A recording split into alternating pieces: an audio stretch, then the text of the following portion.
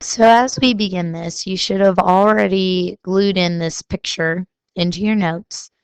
And now what I want you to do underneath the picture is draw this table down here. One column is just numbers 1 through 11. The next column is the structure column. You don't need a lot of space for that. It doesn't need to be probably this wide, but wide enough to write decently big words. And the third column is the function column. Now this column is where most of your notes are going to be taken. So I would put about 3 to 4 spaces between each row, depending on how big you write. Do not need 3 to 4 spaces between here. I know somebody's going to do it. Don't do it. That's just there as an FYI to let you know how much space you need because notes will be taken on this table, mostly in the function column. And as we take the notes, if you notice number 1 up here will correlate with number 1 on the table. 2 up here will correlate with number 2 on the table. If you notice the numbers in the picture only go to 10, that's because, excuse me, we're going to add a number 11 down here at the bottom. So make sure your table goes all the way to 11. So first step on our journey through the cell is the cell wall. We're going to kind of work our way out or start at the outside of the cell and work our way in. And the cell wall, as you can see, is not, the line here is only extended to the plant cell. It is not extended to the animal cell. And that's because animal cells don't have cell walls. Cell walls are most commonly found in plant, algae, fungus, and bacteria cells, as we've already discussed. And its main purpose is to give the cell support and protection. And it also, it gives it kind of, on the support end, it makes it kind of more rigid. So you can see here, this animal cell doesn't really have a definite shape. It's more of a blob, whereas the cell wall, or the plant cell with the cell wall, definitely has a definite shape. And those of you who saw the cells in the corn leaf, you saw how rigid those cells were. And that was because of the cell wall.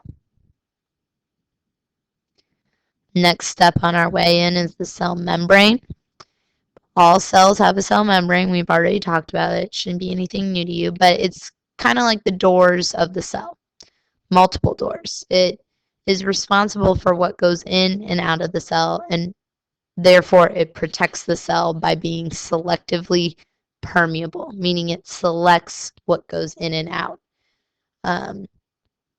And sometimes there's transport proteins attached to it that are even more, that are part of that selectivity. So the cell membrane is responsible. Its main function is to protect the cell by only letting things that are helpful to the cell in and out. Next step on our tour is the cytoplasm, which we've talked about. All cells have it. It's this jelly-like stuff that's kind of just all around the cell here. And it holds the contents of the cell. It's just there to fill it. It plays a big role in holding water, holding amino acids, holding waste sometimes as it travels. It's just there as the jello. Like a jello mold, you got lots of stuff in your jello mold, lots of fruit, but the jello holds it together. And that's kind of like the cytoplasm in a cell. But all cells have it. Next up, we have our nucleus. And as you know, all cells have DNA. And in eukaryotic cells, a characteristic of them is that they have a nucleus. Prokaryotic cells do not have that. Their DNA is just kind of in there, cytoplasm. But in eukaryotic cells, which is everything but bacteria, they have, not all cells have a nucleus, but most have a nucleus that has DNA inside of it. The DNA carries the instructions for everything the cell does. Everything to keep us alive is carried out through DNA. And the DNA, well, first off, when I'm talking about the nucleus, I'm talking about this whole circle here in the center. The DNA is the little thread-like stuff inside of it. And then you'll notice this other little circle inside the nucleus. That's called the nucleolus. And that's in charge of making the materials that will be transformed into proteins by the ribosomes. So the nucleolus is just there to make materials for proteins, specifically speaking, amino acids. Next up is our ribosome. All cells have them. They're essential to life. Each cell has about 1,000 or more than 1,000. They have a lot of them. They're in charge of building proteins. So, as I said in the previous slide, the nucleolus created the materials to build proteins. And then the ribosome is in charge of building that protein. It's the smallest organelle. And if you look up here at this picture, right here, it's kind of like a little Pac-Man ghost or a Pac-Man. What happens is the materials to build the protein come in on one side of the ribosome, and then it goes through the ribosome, and that creates chains of proteins. So it kind of just comes here inside, and that creates chains of proteins. Ribosomes can be found on the ER, which we'll find out what that is next, and floating throughout the cell. The ones floating throughout the cell are more in charge of making proteins for just that cell's processes, whereas the ones found on ER are more in charge of making proteins that will be exported outside the cell. So that brings us to our next organelle, the ER, or its real name, endoplasmic reticulum. And I will call it ER because it takes a lot of energy to say endoplasmic reticulum. The endoplasmic reticulum, or ER, is in charge of moving material around the cell. I like to think of it as the highway of the cell. If we're talking rough ER, we're talking about the type that ribosomes are attached to. And when we're talking smooth ER, we're talking about the type in which ribosomes are not attached to the ER. You can always just write ER. I'm never going to make you spell endoplasmic reticulum or write it out. So that is our highway.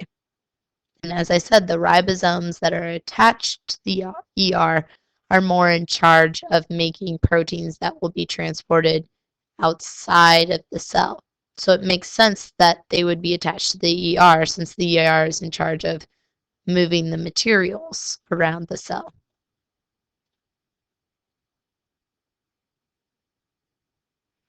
Next, we have the mitochondrion, or mitochondria, as I like to pronounce it. Mitochondrion is the plural form of mitochondria. And that's in charge of essentially energy. That's why I circled energy here. It releases energy from food into carbon dioxide and water. It also controls the level of water and other materials in the cell. But this first bullet here is its primary purpose. What it does is the mitochondria is in charge of doing a process called, well, it's not solely in charge, but it plays a major role in the process called cellular respiration. And cellular respiration is the reverse of photosynthesis that plants go through. Plants take energy, oxygen, water, and they go through photosynthesis. Now, cellular respiration takes place primarily in the mitochondria, which is the opposite of photosynthesis. It takes that energy and releases carbon dioxide, which is where we get our cycle between us and plants. And mitochondria, there's different types of cells have different amounts and frequencies of organelles based on their function. Mitochondria, if you could guess, have the highest frequency in muscle cells. If you think about it, it makes sense. Muscle cells are in charge of moving us, doing pretty much anything that involves movement in our body, keeping us alive. The heart is a big muscle, and um, movement requires energy. So therefore, our muscle cells have a lot of mitochondria in them because they're in charge of moving us. They play a very important role. Next up, we have the chloroplast, which is our other organelle that is not found in an animal cell. The line only extends to plant cells. And these are in charge of the opposite of cellular respiration, photosynthesis. It helps the plant make food through taking energy from the sun. It makes food, creates sugars, which we then eat. So it contains green chlorophyll that captures that light energy and allows that chemical reaction to take place and give the plant its green color. Up next is the vacuole. The vacuole is a temporary storage space. It's the storage locker of the cell. And if you look at the picture, the vacuole in the plant cell is much bigger than the vacuole in the animal cell. So they play a bigger role in plant cells versus animal cells.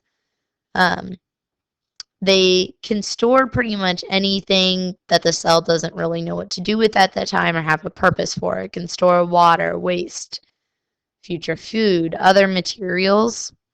It plays an important role in plant cells of helping to maintain the plant's shape, and it also acts sometimes as a lysosome in a plant cell. So it kind of has, and you don't know what a lysosome is, it's coming up, but in the plant cell, it kind of has a dual organelle purpose. It plays more than one part, whereas in an animal cell, its purpose isn't as important. So that's why it's so much bigger in the plant cell than the animal cell. Next is our Golgi body, or sometimes it's called the Golgi apparatus. I'm just going to call it the Golgi body. And the Golgi body is this thing down here on both of them. And it's in charge, it's our packaging center.